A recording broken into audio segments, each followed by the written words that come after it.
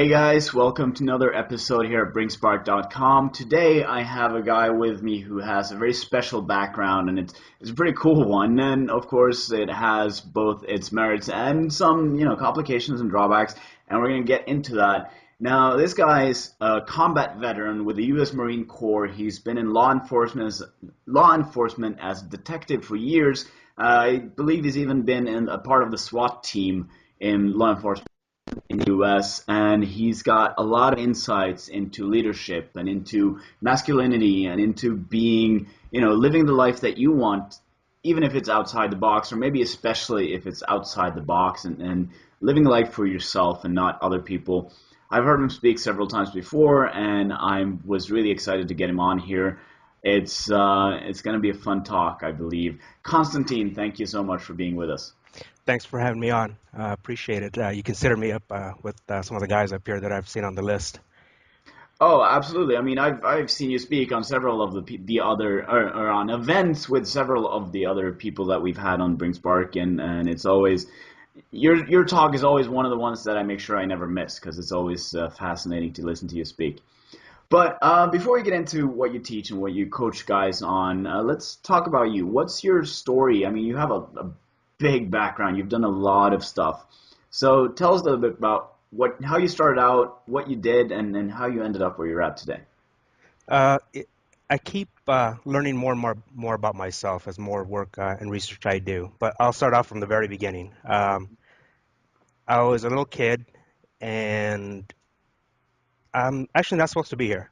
I ended up going back to the hospital after I was born, and I think I was maybe 6 months old. Mm.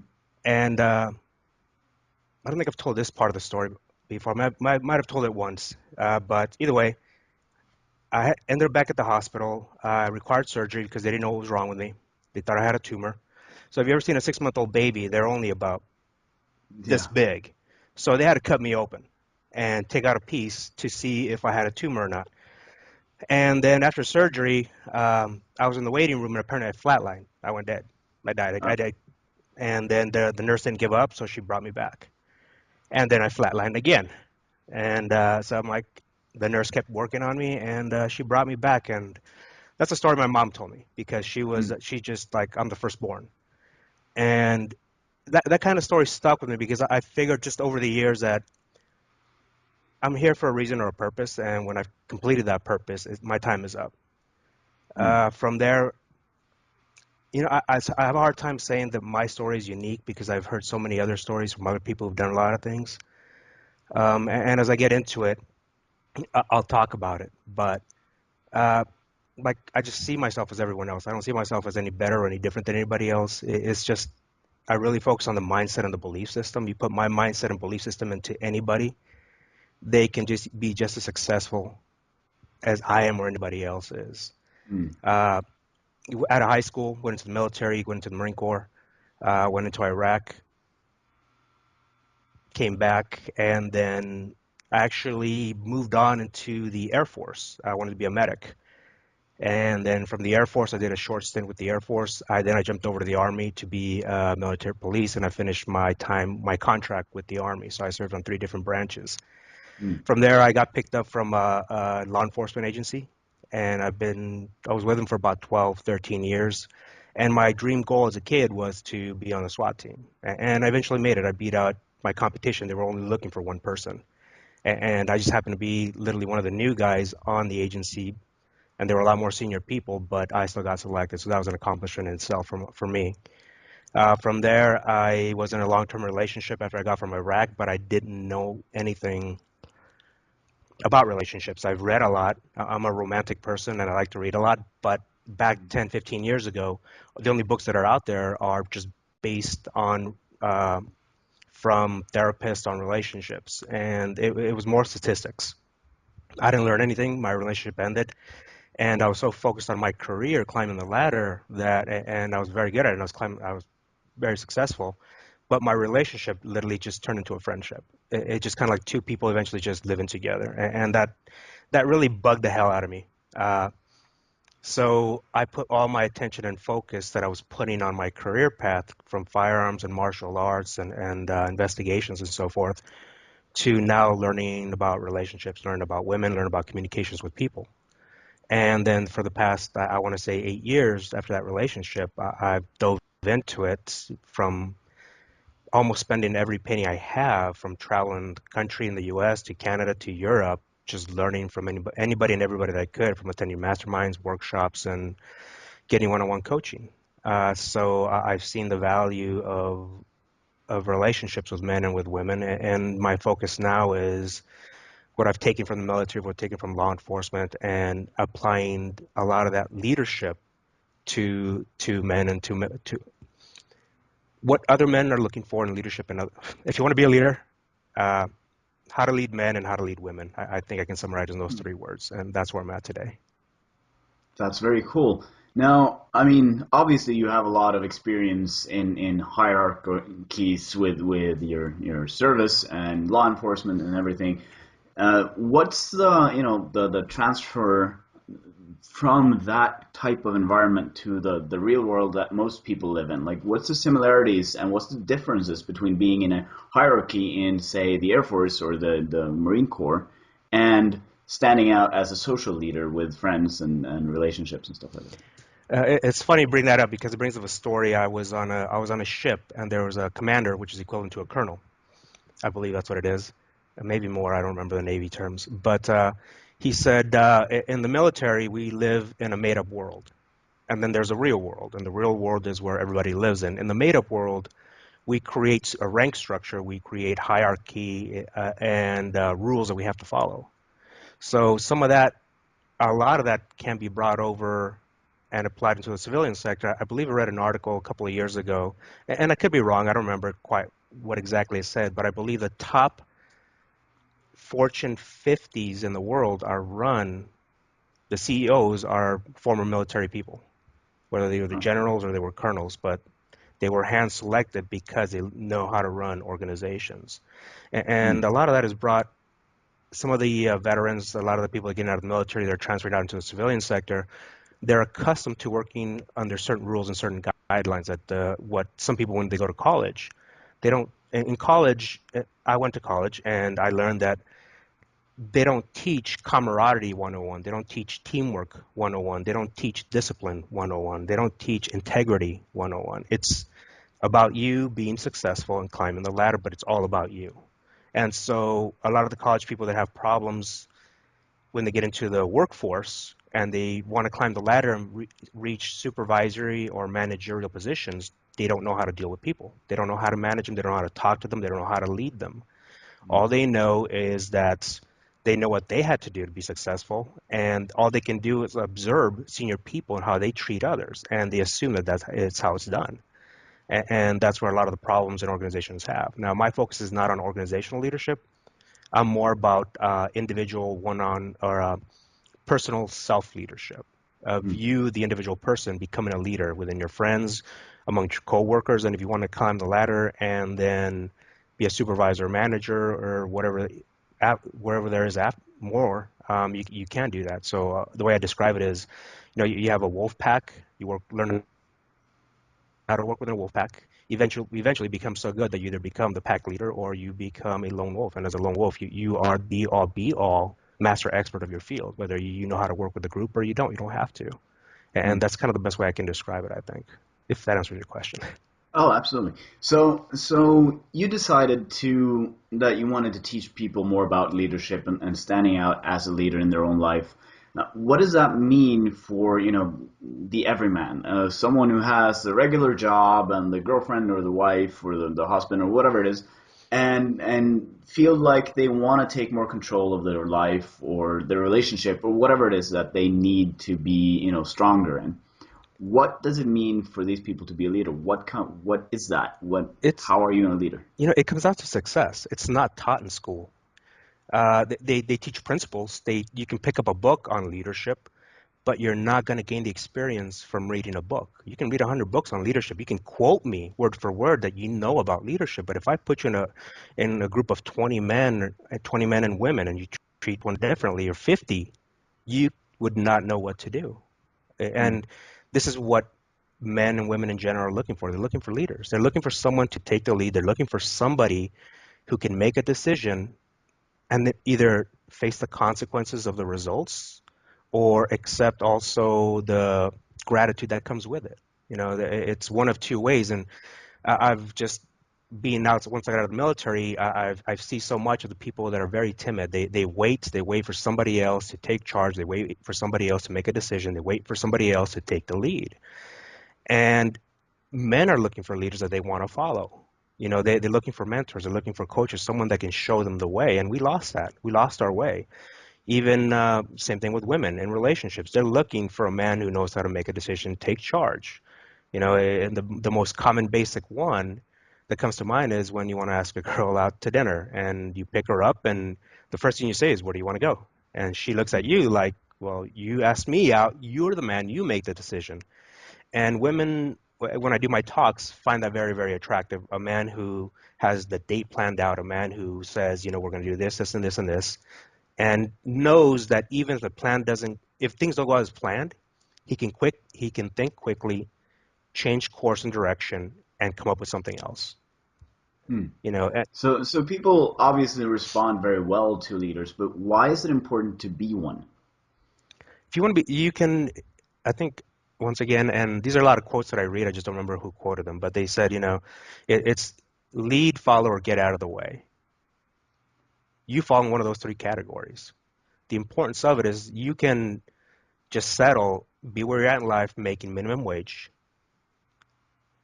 just whatever the job you're doing. Look out the window if you work in a cubicle behind an office, and just hope and dream that things will get better for you. Maybe you win the lottery, or you can be a self leader. Learn, because I'm very big on learning. I'm a long life learner, constantly studying, constantly working. I was very big on talking about. I used to read about 50 to 60 books a year, maybe more. And then I came across another book that kind of made a good point. Why don't I just master 5 books? Master the topic in those 5 books in 1 year versus reading 60 books and not remember a damn thing I read.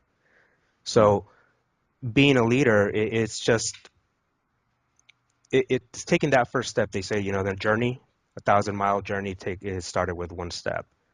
And if you want to go anywhere in life, whether you want to make more money, you want a better career, you want to start your own business, you want a better relationship, it starts with leadership, and it's you making a very conscious decision of what it is you want. But you have to be very, very clear about what it is you want. You have to know who you are, you have to know what you want, and you have to know where you're going in life. If you cannot answer that question, you're in a fog, in a haze, and you're just kind of, the way I said, you're out in the middle of the ocean with no map and no compass. And the engine is going, but you're just going in circles.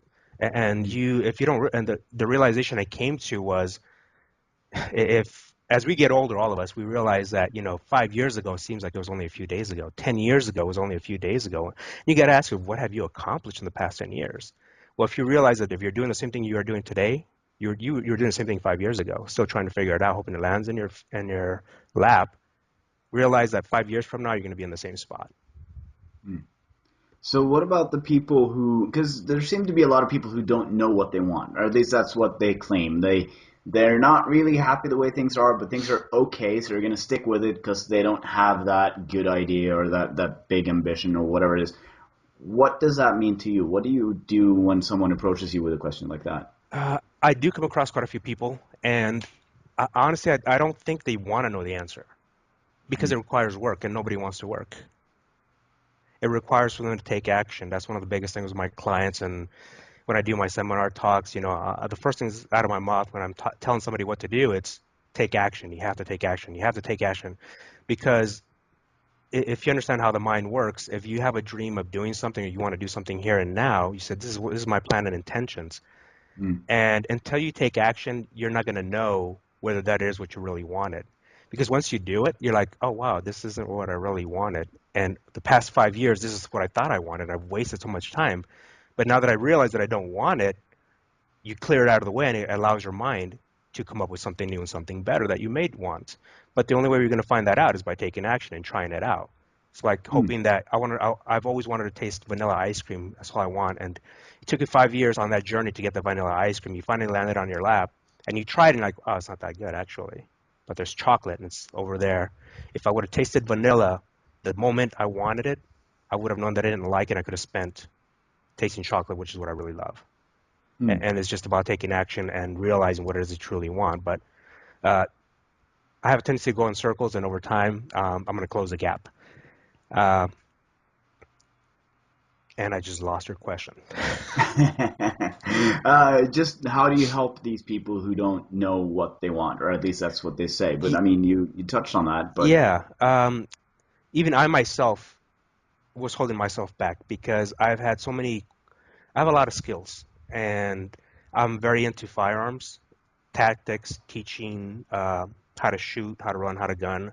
I teach martial arts and self-defense, and I'm very good at it. I've been doing these for years, 10, 15, 20, 30 years, since I was a little kid.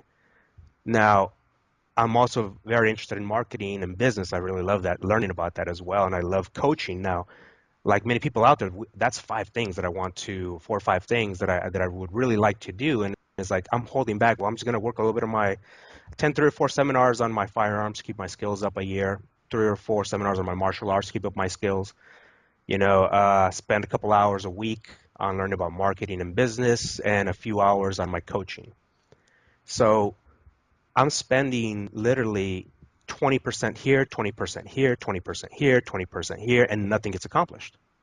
mm, And then I realized I came across the 80-20 rule, and instead I said, here's the thing, and some of you guys that are listening, try this. Write out the five things that you are really interested in, that you think you want to do, that you think that would make you happy doing in life, you really enjoy doing. And one of the things that I realized with a lot of students is that in their mind, they think they know what they want, but they never vocalize it out loud. So what I did, and I just said, how do I feel about teaching firearms and tactics?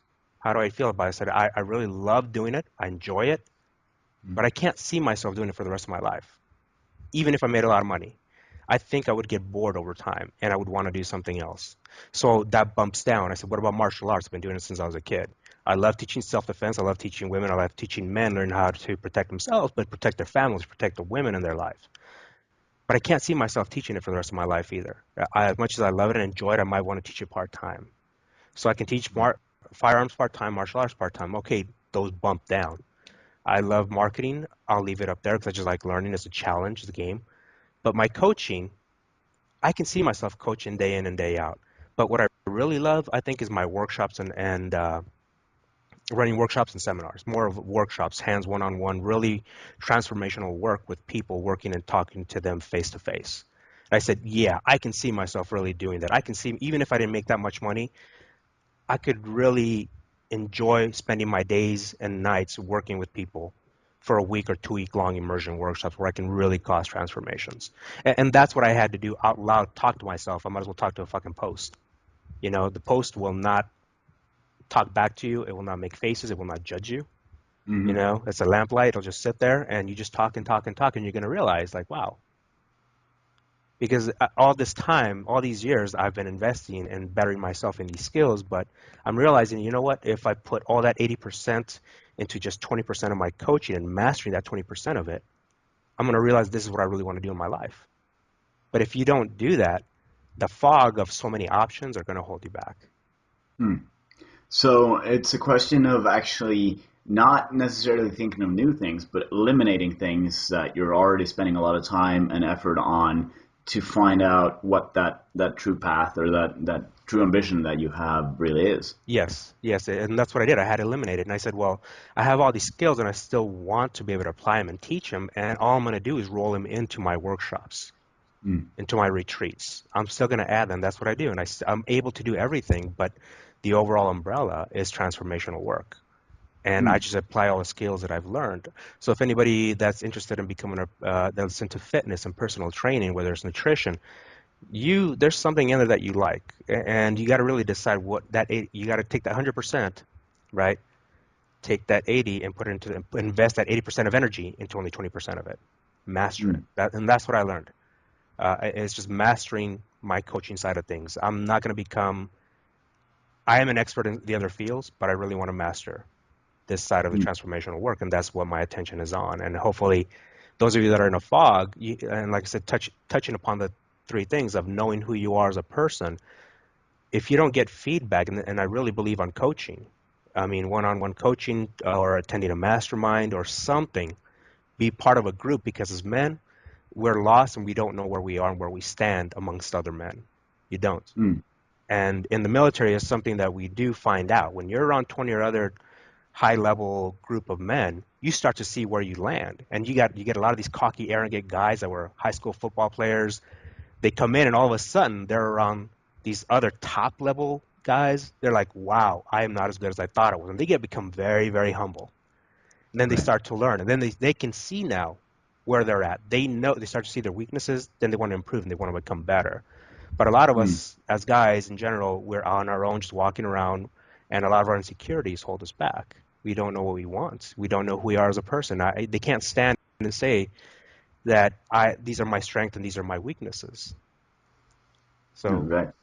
So it sounds to me like, and this is something that I know yet that you've talked about before, that a lot of people don't really know, let's call it their place in society. They don't know who they are compared to who they can be, who they should be, who they are innately.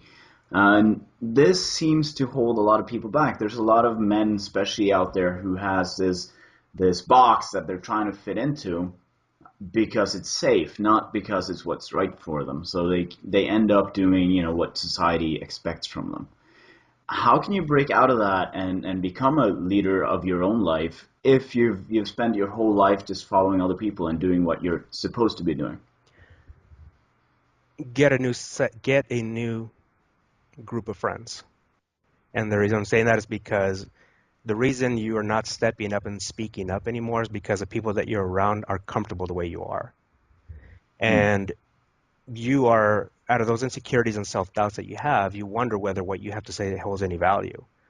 And then depending where you are in the hierarchy of your group of friends, say that, we've heard about that you are the equal of the five friends that you are. Uh, if you are number three or number two or number four, that's how much value you hold in the group. So until you get rid of those friends, and look, my friends, there are two kinds of people that I knew. The old people, the old friends that I had would make fun of me, poke fun of me, whatever I thought about. We joke around, kind of college level, playing around, high school locker room BS, and it kind of brings a little bit of insecurity. Maybe I'm not good enough. Maybe I shouldn't say this.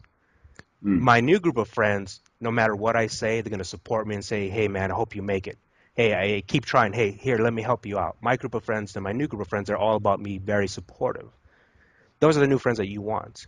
When you come into that new group of friends, start being the leader in the form of start speaking up. Just start making suggestions. Hey, who want? And even I hang around a lot of alpha guys, and even then, when we're going to lunch, the mentality is still there around alpha guys of like, so where are we gonna go eat? I don't know. Where do you want to go eat? I'm like, are you fucking serious? And these are like top level, military law enforcement guys. Kind of, I'm like, come on, somebody make a fucking decision. I'm like, hey, we're gonna go, we're gonna get some chicken, healthy right. food. Everybody's like, okay, that's good enough for me, but and that's what they need. That's what everybody wants. If find a group and take the step of what it is you want out of life and join a group of some kind of mastermind or a meetup somewhere and just start inviting people. You meet four or five people that you like, meet them. Say, hey, invite them. Hey, let's get together for dinner. I'd love to talk, start a mastermind group of what's going on. Make all the decisions. Don't be, it, and I can't say don't be afraid because it's going to happen. We're going to get nervous. It's going to happen, but accept it.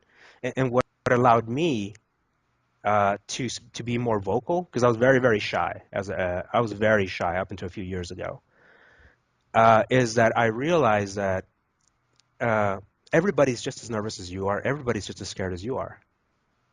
I mean, there's very, very few people who have confidence to get up on stage and talk only because they had practice.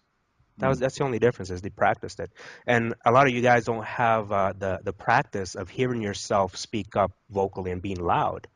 But if you just make a suggestion and just get comfortable making suggestions to other people, they'll follow you. If it makes sense, they're going to follow you. Get comfortable just making suggestions.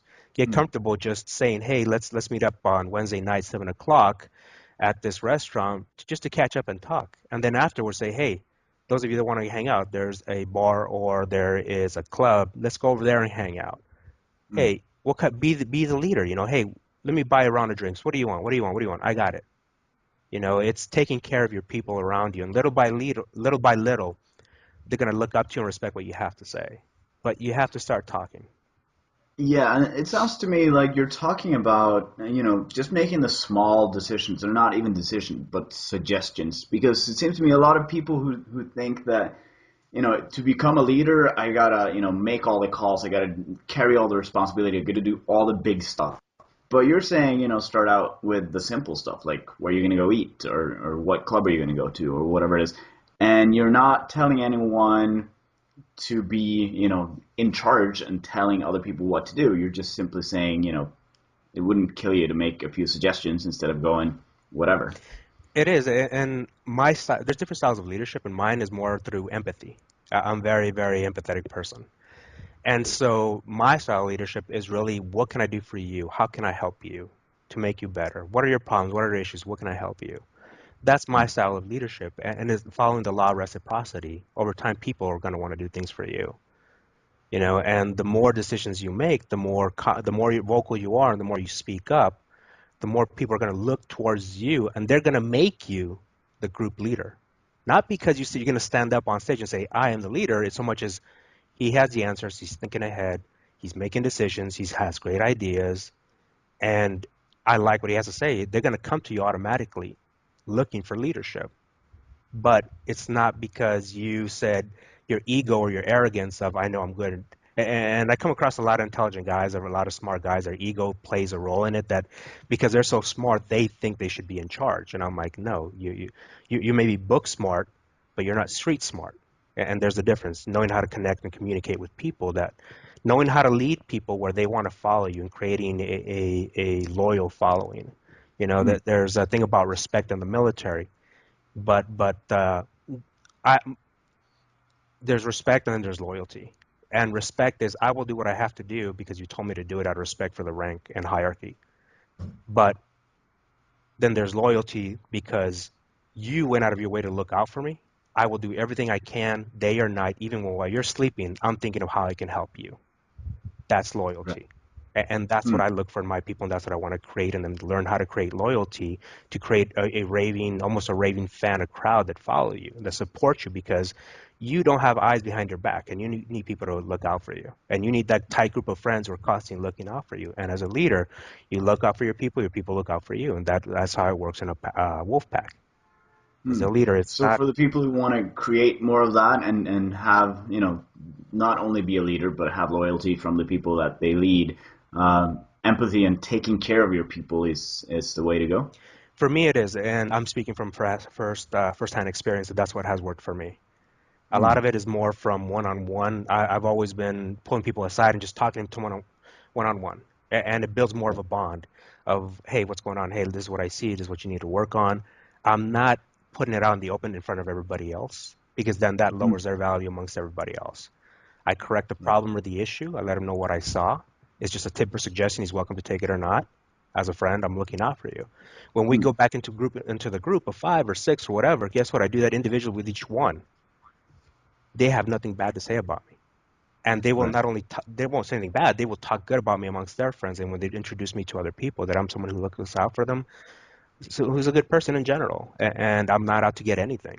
So that's my Hmm. style of leadership, of how what I do. I take care of the people around me, and hopes in return that maybe they'll do the same for me. And if they don't, that's okay. I've learned that not everybody thinks the way I do and is as empathetic as I am. Right. So let me see if I've got kind of an understanding of what you've been talking about so far when it comes to leadership. You're saying that first of all, make sure that you have a group of friends that are supportive and that are giving you the same, empathetic energy or communication that you're giving them. You're saying eliminate obstacles, eliminate the fog, and figure out what it is that you're already doing or that you want to be doing that's really important for you long term, and start taking action on that so that you're not just sitting around thinking about it. And also, you're talking about making the small decisions, not even thinking big, especially maybe especially in the beginning. You know, calling the shots or making suggestions on where to go eat or what movie to watch or whatever it is. And as you said just now, being empathetic with the people around you, making sure that everyone knows and everyone feels that you're looking out for their best interest and you're trying your best to make sure that everyone's well taken care of, or at least everyone in your circle. Would that be about a way to sum up what you've been talking about so far? So far, yes, except for one little piece. Okay. And I don't remember the book again, but they talk about when you give something to somebody. If we go out for drinks and I buy the first round, usually when I buy a drink for somebody, they're like, okay, okay, I got the next round. And I'm Mm, like, no, no, no, stop. It's a gift. I'm buying you a drink as a gift. I expect nothing in return. And that's where a lot of problems that a lot of guys have when they go out and do things, they expect something. And when they don't get it, they get angry, they get pissed off, they get bitter. mm, And that's the wrong way of looking at it. So it's about being honest. It's like if you're going to give out of your good heart that you want them to have something. You can buy two drinks in a row, and if they buy nothing in return, be okay with it. Because if you're not being okay with it, then you did it because you wanted something out of that interaction. You want something in return. Then you're not really a good person as you think you are. And that's an obstacle that you have to overcome over time that I did. And when I first realized that, I said, I'm like, wow, okay, so from now on, that's what I do. So as a leader, I'm not expecting anything in return at all. I'm just naturally empathetic, and this is what I do. mm. I invest the time and I give and I give and I give, and that's just who I expect nothing, because if I did, I would be a very, very bitter person, because there's very, very few natural empathetic people in general, just Mm. generalizing it. But other than that, yeah, it's those are all different topics that you can really branch off into, and the way you Obviously. summarized it. Yeah. Yeah. So doing this, if someone's watching this and they go, I want to be more of a leader, I want to take more charge of my own life, and they start doing these things and getting good at them, what's that going to do for them? How's that going to affect their life? I want to say it changes the way people treat you and the way they react to you. And I want to say the words that are coming out for me is grounding. You become a lot more grounded, you become a lot more secure, and a lot more confident. The way you walk, the way you talk, the way you carry yourself, your body language, your eye contact, all of that shifts. If you ever seen a little kid, a dad playing with a little kid, a little maybe 3-year-old kid, and he gives him a little ball, he says, hit it in the basket. And the little kid runs over, throws it in the basket, and he makes it, right? And his arms go off to the side. He's like, yeah, that's right. A little 3-year-old kid comes up. That's confidence and a shift in perspective of being a pat on the back of doing something good and something right. And when Mm. you do that, when you start doing these little things, people are going to treat you differently. And the more you speak up, the more of a leader you become, the more confidence you have. The more confidence you have in yourself, the more chances you're going to start taking in going after the bigger things that you want in life. Even with relationships, right? You go on a Mm. first date, and then you're nervous about it. It doesn't go so well, maybe the way you wanted it, but you have an idea how that first date went. So rinse and repeat. You go again on another date, either the same girl or a different girl. And then Mm. you do the same things again, and then you just get better at it. And in the conversations, you get better at it. And then you learn that some things make a girl laugh, some things don't. So guess what? You're just going to stack what makes her laugh throughout the evening. But it comes Right. with practice over time. Mm. So it's just building, and I don't like to use confidence just because it's overused and abused by so many marketers. Mm. The same thing with the word alpha. It's just so used and abused. I don't like to use that either. But in general, it's just building your confidence, overcoming self-doubts and insecurities, and Mm. that's really the biggest thing right there. Yeah, and that sounds like a huge thing for a lot of people because a lot of people seem to me, a lot of the clients that I meet and a lot of the people I meet on seminars and workshops, they have this thing inside them, which is usually why they seek out these workshops and seminars. But they have this thing that they want to do. They feel like what their life the way it is isn't enough or isn't where they want it to be or they want to change it, but they're held back by thinking that I need to keep doing what everyone else is doing because anytime I try to divert, anytime I try to do something that's not normal, I'll get negative reactions, or maybe they haven't gotten any negative reactions, they're just afraid of getting them. So I know you talk about sometimes about living a lot outside of the box or thinking outside the box and having your own life the way you want to have it. So I'd love to dive into that for a little bit and just see, what do you mean when you say thinking about outside the box? How's that different from what other people are doing, and how do you create life on your own terms? A friend, he says that it comes down to the word freedom. Freedom to do what you want, to say what you want. It is the word honesty has been used, and it is to a certain extent. There are different levels of honesty. The way I like to explain it, because just saying being honest isn't enough. Someone will be honest and blurt out something that they shouldn't have said just because it was either politically incorrect or just not the right time or the right place. But it, it's just giving you the freedom is the best way I can explain it. It's there's no tension in your body. If for those of you that are listening right now, if you realize you are probably so stiff to whether you're sitting that if I asked you to feel the back of your left calf, you'd have to actually stop, think, and focus because you're not in touch with your body. You're not. You're not grounded. And just having the freedom to do what you want and say what you want, it takes practice because the nervousness kicks in. Even when you want to walk up and talk to somebody, whether it's an interview, yeah, the best example I think I can give, whether you're going to a job interview, there's this nervousness that you hope you're good enough for them to select you for the job. I'm coming in with a mentality of what you have to offer good enough for me. I provide a service. I'm an expert in my field. The question is what you're offering, is it good enough for me to take into consideration that whether I should come work for you or should I go work for your competitors? But and that's just give you an example of a shift in perspective versus they are interviewing me versus me interviewing them for the job. And that comes once again from the confidence in my skills and my abilities.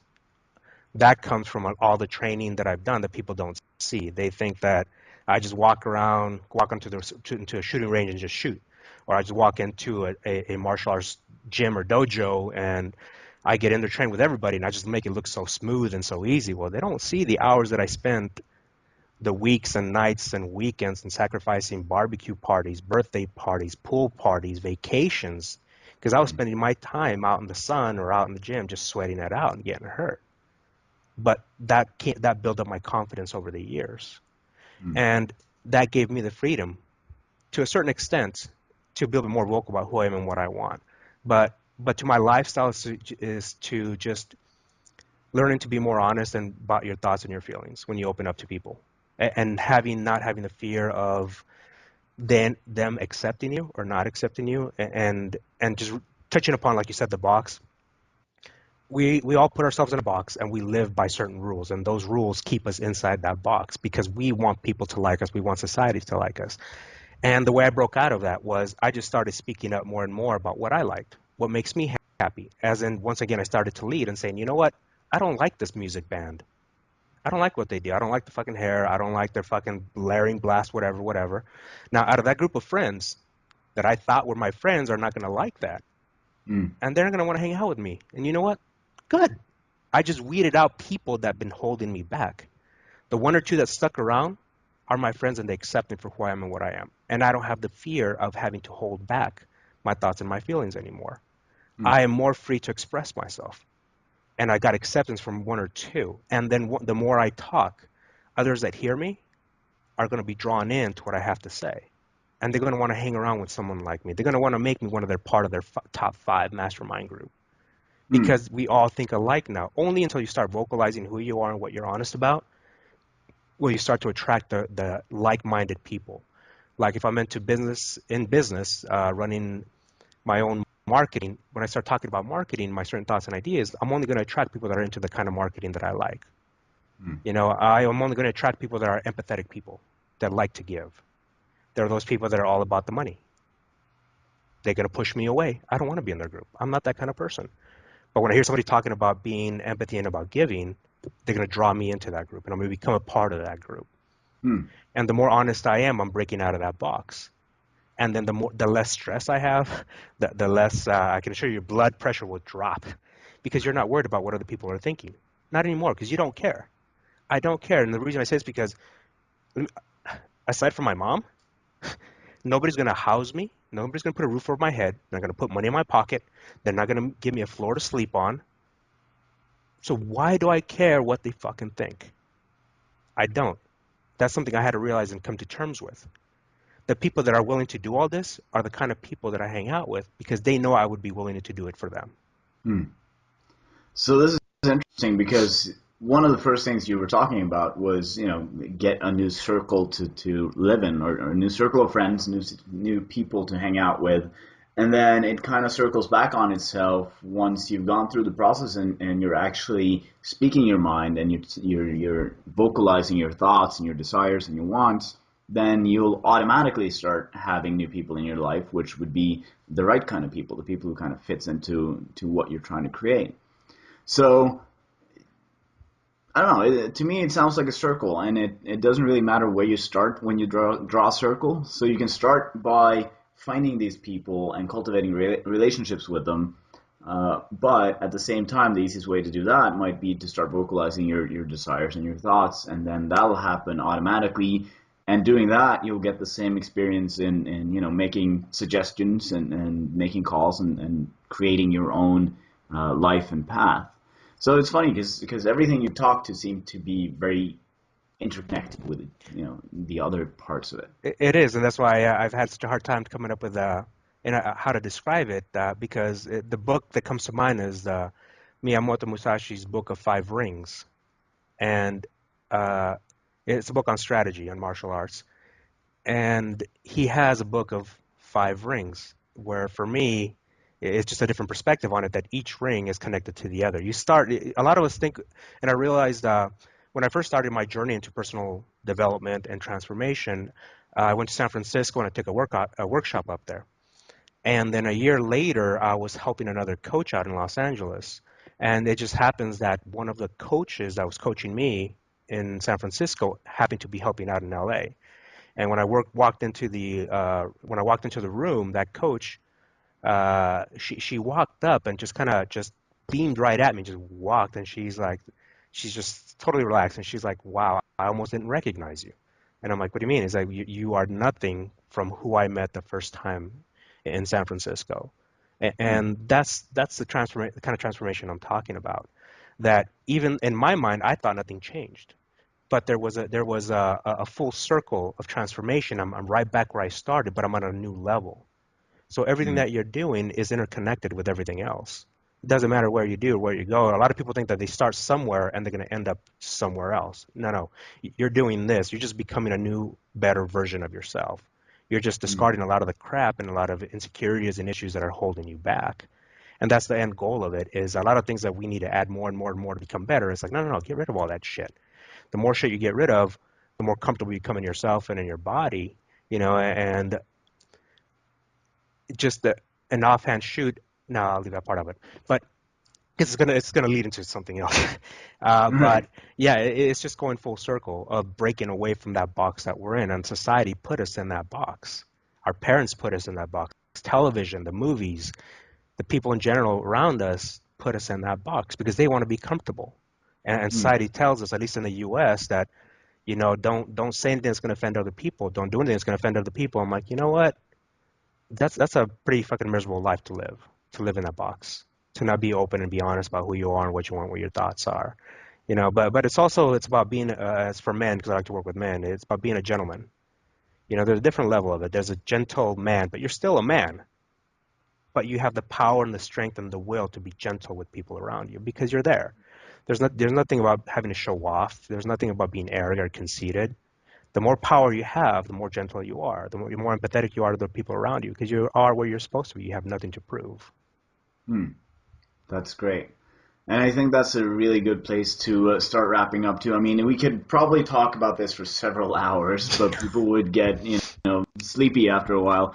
Now, there's a lot to this stuff, and I know you teach it, and I know that there's a lot of obviously other people who teach similar things, but where can our viewers go to find out more about what you do? My website is ConstantineArzate.com, Constantine, and then Arzate.com. There, I'm just started my blog up, so I'm putting my thoughts and my ideas on there. I just started up a little while ago, so I've been doing a lot of writing. I just haven't posted it on there. So hopefully it'll be up within the next week or two with a lot more posts and more thoughts and more ideas on there that I can just spread out and give from there. Very cool. Well, thank you very much for being here. I appreciated it, and I can't wait to post this so people can see it and give me feedback on it. Thanks for your time. Appreciate it. Thank you for having me.